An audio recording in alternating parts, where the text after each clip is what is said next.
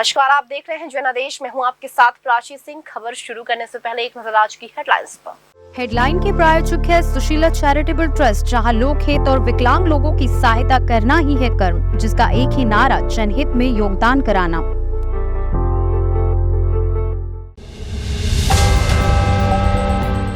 CM Hemant ने कहा, राहुल प्रियंका किस फॉर्मूला से गांधी बने, मैंने लंबे समय तक रिसर्च की।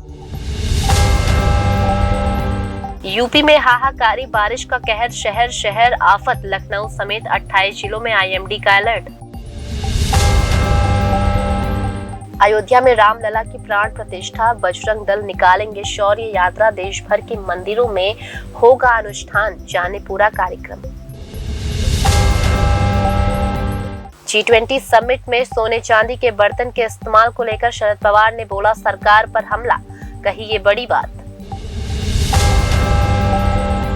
G20 डिनर में सीएम ममता की शिरकत से अधीर खफा, उठा दिए ये बड़े सवाल। अब समाचार विस्तार से।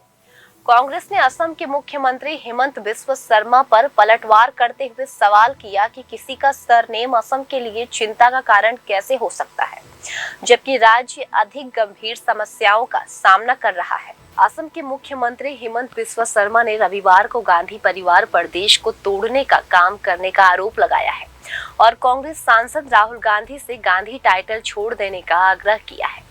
एक रिपोर्ट के मुताबिक उन्होंने कहा कि गांधी परिवार डुप्लीकेट का सरदार है और आरोप लगाया कि उन्होंने बहुत सारे घोटाले किए हैं। असम के सीएम ने गुवाहाटी में भाजपा महिला मोर्चा की राष्ट्रीय कार्यकारिणी बैठक को संबोधित करते हुए कहा कि उनका पहला घोटाला गांधी टाइटल से शुरू हुआ। उन्होंने सिर्फ परिवारवाद किया और देश को तोड़ने का काम किया। मैं राहुल गांधी से टाइटल छोड़ देने का अनुरोध करता हूँ। एक रिपोर्ट के मुताबिक कांग्रेस छोड़कर बीजेपी में आने वाले शर्मा ने कहा, मैंने लंबे समय तक शोध किया कि इंदिरा, राहुल, राजीव और प्रियंका किस फॉर्मूला से गांधी बने, लेकिन मुझे इस बारे में कुछ नहीं मिला। उन्होंने कहा कि अगर कोई डाकू गांधी उपनाम का इस्तेमाल करता है तो इससे वह साधु नहीं हो जाएगा। वर्ष 2015 में कांग्रेस छोड़कर भाजपा में शामिल होने वाले शर्मा ने कहा, राहुल गांधी जी, मेरा विनम्र अनुरोध है कि कृपया अपना नकली उपनाम हटा दे, क्योंकि ये असली नहीं है। शर्मा ने विपक्षी गठबंधन के नाम के रूप में इंडिया शब्द का उपयोग करने के लिए भी कांग्रेस की आलोचना की और दावा किया कि सबसे पहले पुरानी पार्टी अपनी राजनीतिक सुविधा के अनुसार इंडिया और भारत का उपयोग करती है। बीजेपी नेता ने आरोप लगाया, आपने इंडिया का नाम लेकर बहुत बड़ा पाप किया है, क्योंकि आपने गौरव बढ़ाने के लिए कभी कुछ नहीं किया। आपने केवल अपने परिवार का दबदबा बढ़ाने के लिए काम किया। आपको खुद को इंडिया या भारत कहने का अधिकार नहीं है।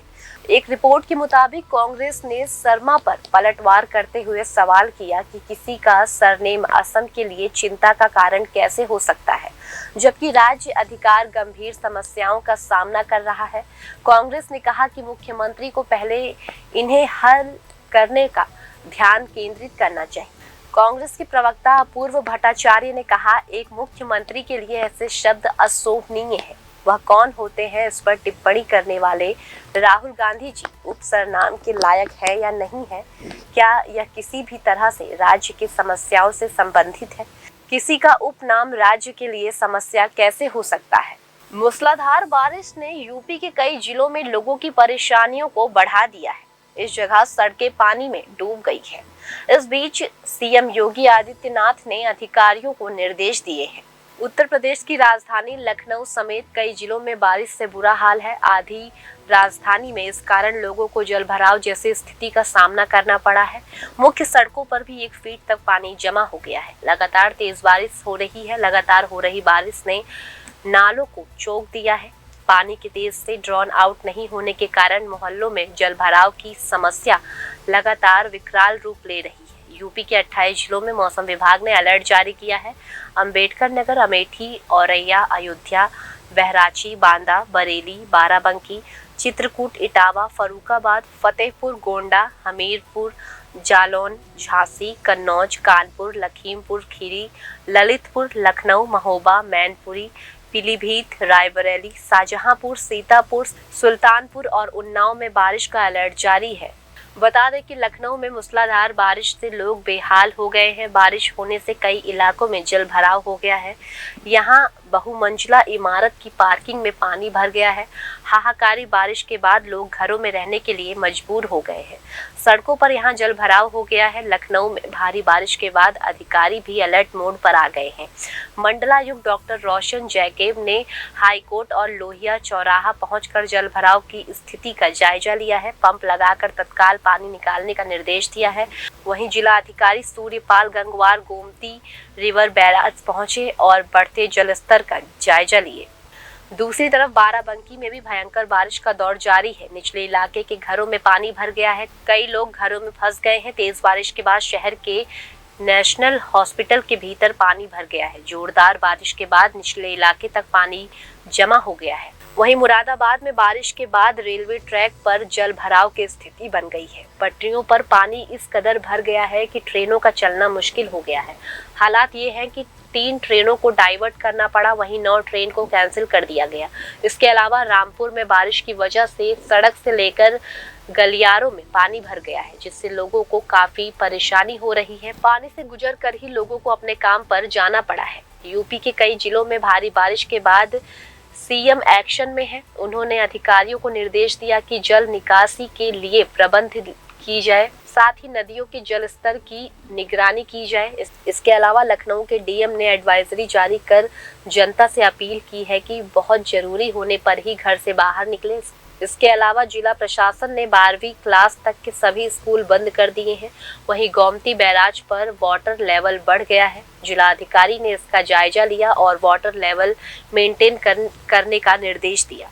अयोध्या में विश्व हिंदू परिषद की राष्ट्र कार्यकारिणी और श्री राम जन्मभूमि तीर्थ क्षेत्र ट्रस्ट के सदस्यों के साथ 2 दिवसीय सामूहिक बैठक का आयोजन किया गया। बैठक में देश भर में होने वाले आयोजन की योजना पर चर्चा हुई।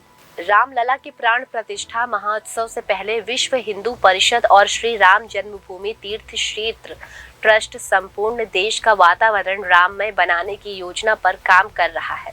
इसलिए प्राण प्रतिष्ठा से पहले देश भर में बजरंग दल के कार्यकर्ताओं द्वारा शौर्य यात्रा निकाली जाएगी। वहीं प्राण प्रतिष्ठा के दिन हर घर में 5 दीप जलाए जाने की मुहिम लेकर विश्व हिंदू परिषद के कार्यकर्ता देश के 5 लाख गांव तक पहुंचेंगे। अयोध्या में विश्व हिंदू परिषद की राष्ट्रीय कार्यकारिणी और श्री राम जन्मभूमि तीर्थ क्षेत्र ट्रस्ट के सदस्यों के साथ 2 दिवसीय सामूहिक बैठक का आयोजन किया गया। बैठक में देश भर में होने वाले आयोजन की योजना पर चर्चा हुई, जिसके बाद सभी सदस्यों ने राम जन्मभूमि परिसर में चल रहे मंदिर निर्माण कार्य का भी जायजा लिया। इस दौरान विश्व हिंदू परिषद के अंतर्राष्ट्रीय कार्य अध्यक्ष आलोक कुमार ने कहा कि श्री राम जन्मभूमि प्राण प्रतिष्ठा कार्यक्रम को संपूर्ण विश्व में आनंद उत्सव के रूप में मनाया जाएगा।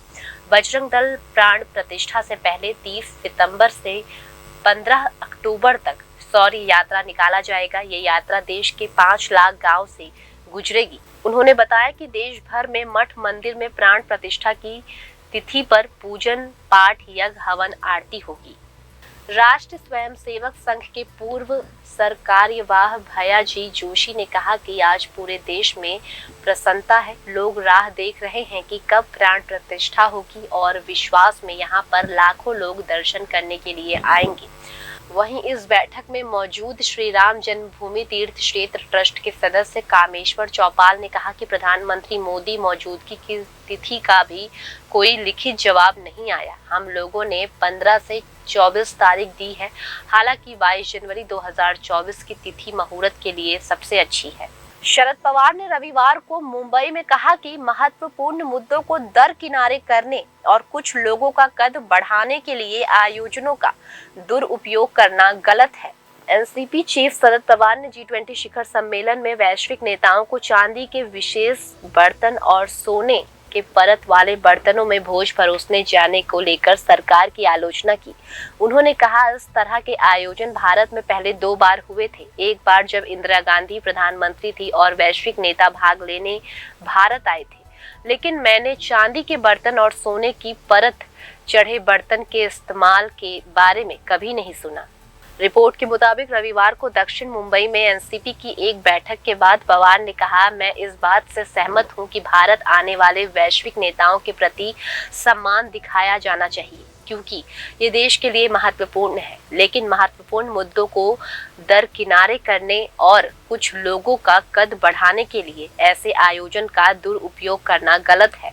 वहीं पवार ने रविवार को ये भी संकेत दिए कि वह पार्टी के बागी नेताओं संबंध में भी एक बड़ा बयान दिया। उन्होंने संकेत दिया कि उनकी इच्छा बागी नेताओं को वापस लेने की नहीं, इसकी जगह वह नए चेहरों का समर्थन करना चाहते हैं।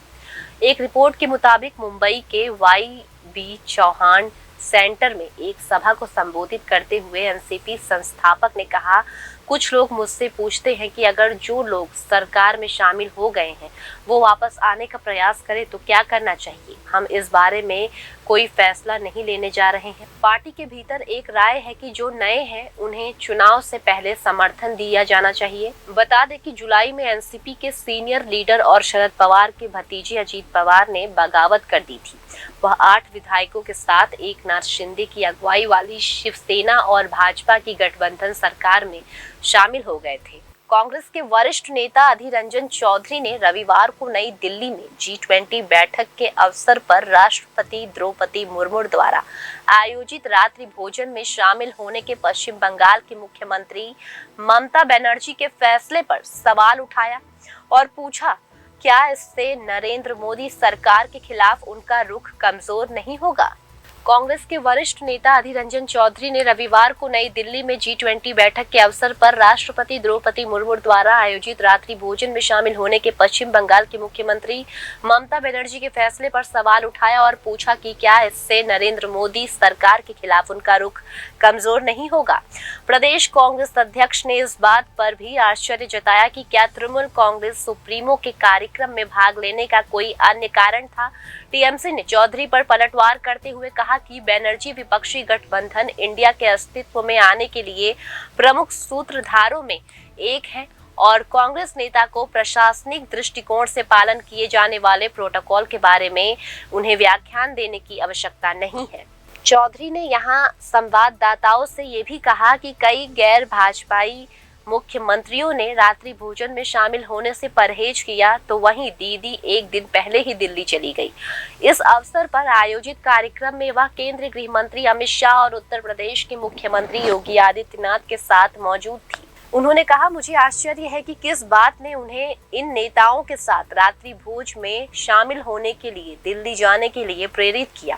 बनर्जी शुक्रवार को दिल्ली गई थी, जबकि अगले दिन रात्रि भोज रखा गया था। चौधरी ने पूछा, क्या उनके इस अवसर पर शामिल होने के पीछे कोई और कारण है। उनके बयान पर प्रतिक्रिया देते हुए टीएमसी के राज्यसभा सांसद शांतनु सेन ने कहा कि हर कोई जानता है कि ममता बनर्जी विपक्षी गठबंधन Indian national developmental inclusive alliance के सूत्रों में से एक है और कोई भी उनकी प्रतिबद्धता पर सवाल नहीं उठा सकता। सेन ने कांग्रेस नेता को आड़े हाथ लेते हुए कहा कि चौधरी ये तय नहीं करेंगे कि राज्य की मुख्यमंत्री प्रोटोकॉल के तहत G20 के अवसर पर रात्रि भोज में शामिल होने के लिए कब जाएंगी।